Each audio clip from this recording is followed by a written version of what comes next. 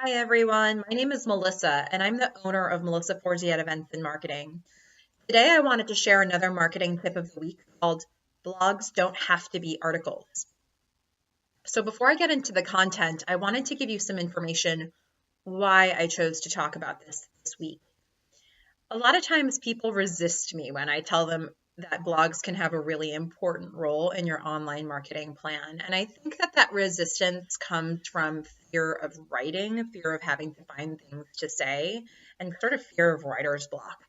So before you use that fear as an excuse not to consider blogs, which I believe have a really very important role and impact in any good online marketing plan, I wanted to give you some other ideas to think about in terms of how to do blogs in a way that might be relevant for your business and easier for you to think about. If you wanted to read this tip in full, I've included a link in the description so you can go back to my website. But I'll also read it here, so stick with me. Blogs don't have to be articles. Blogs are an aspect of online marketing that many people resist. There are certain concerns that come up time and again when I talk with marketers. If the thought of sitting at a computer, staring at a blank page, and having to write an essay out of thin air scares you, maybe you just need a different format. Today, I want to change how you think about blogging for your business, because blogs don't have to be articles.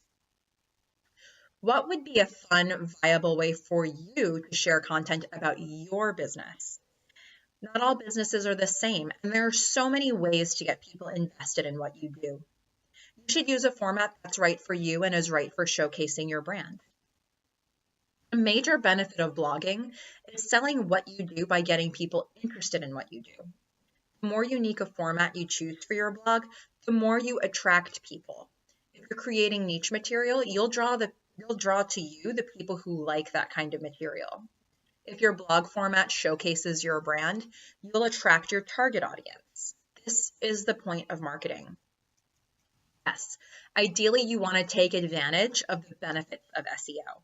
Having the capacity to set keywords and appropriate tags is part of that. So you want to find a platform that allows you to do those important things, but that doesn't have to dictate the type of content you create.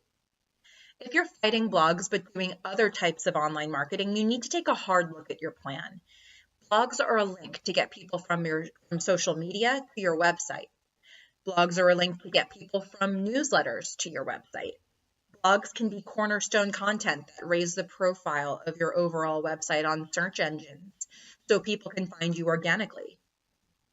Blogs are also a reason for other people to share your website and the interesting things you create or say. Blogs don't have to be articles. If you get creative, there's so many choices for you. So here are 10 to get you started. First, talking videos. If you'd prefer to speak than to write, do it. Upload the video to YouTube or another logical platform and then embed them on your website.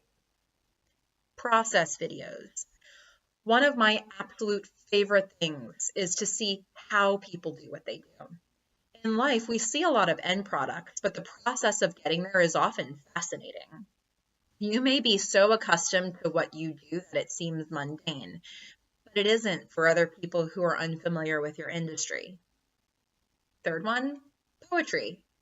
Write haikus, limericks, sonnets, or other styles. Having a defined structure for your words may inspire you. Fourth, art. You could have a song of the month, a painting of the week, a doodle of the day. Fifth, comics. Use visuals to tell a story. This is a succinct way to get your point across, but it can be effective. The sixth one is photos. A photo blog is logical for photographers, but it actually makes sense for any business that can tell a story from behind the scenes. Photos make people feel like they're there with you. Another one is response or rebuttal blogs. This could be text or video, but you start using other source material as a base. You link the material, you credit the writer, and then you add your thoughts, experiences, or counterpoints.